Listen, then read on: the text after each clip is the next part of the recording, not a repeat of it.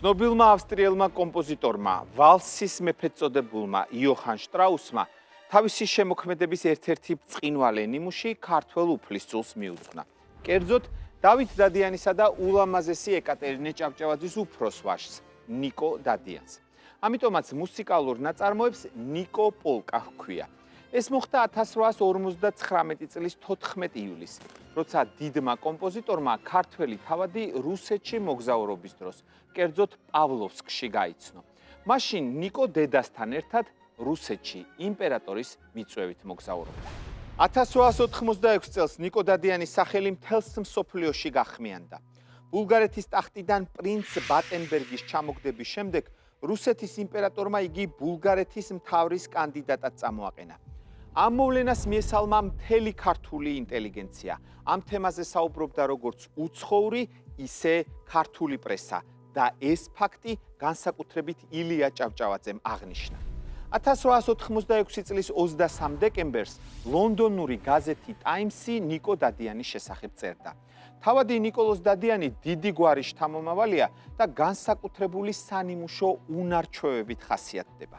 1803 წელს მის მშობლიურ ქვეყანასა და რუსეთს შორის ანექსიის სახელით გაფორმებული ცნობილი ხელშეკრულების თანახმად, სწორედ რუსებმა აიძულეს იგი მემკვიდრეობით მიღებული სამთავრო უფლებები დაეთმო. თავისუფლების აღკვეთის საშიშროების მიუხედავად, ნიკომ სამეგრელოში რუსიფიკაციის ძალადობრივი საშუალებები გააპროტესტა და ამით გარკვეულ მორალურ გაბედულებასა და სიმამაცეს გაუსვა ხაზი. თუ თავადი ნიკო ბულგარეთის სამეფო ტახტზე ავა, უდავოა რომ იგი ქვეყნის მართვისას ლიბერალურ პოლიტიკას აირჩევს და რუსების ინსტრუმენტად ან მარიონეტად ყოფნას არაფრით დაუშვებს. ამ მოსაზრებას მნიშვნელოვნად ამყარებს პრინცის ძველი მასწავლებლისა და მეგობრის, უაღრესად პატივცემული და ღირსეული ადამიანის დიმიტრი ყიფიანის ფაქტორიც. ნიკო სამწუხაროდ ბულგარეთის მართველი ვერ გახდა. მის კანდიდატურას დასავლეთის გარკვეულმა სახელმწიფოებმა დიდი წინააღმდეგობა გაუწიეს. აღსანიშნავია, რომ დადიანი მთელი სისასტიკით აღუდგა წინ რუსეთის იმპერიის მიერ გაჩაღებულ მეგრული ენის სამწერლობო ენად დამკვიდრების კამპანიას. მე წავიკითხე ის სტატიები, რომელნიც ამტკიცებენ, რომ მეგრულ ენასა და ქართულ ენას შორის მსგავსება არ არისო. ამას ვიტყვი, რომ ის გარეშე ქვეყნის ფილოლოგები, რომელნიც წერენ მეგრულსა და ქართულს ენებზედ, არიან სრულიად დაბნეულნი. ჯერ ჩვენი ენა ისწავლონ და მერმე სწერონ.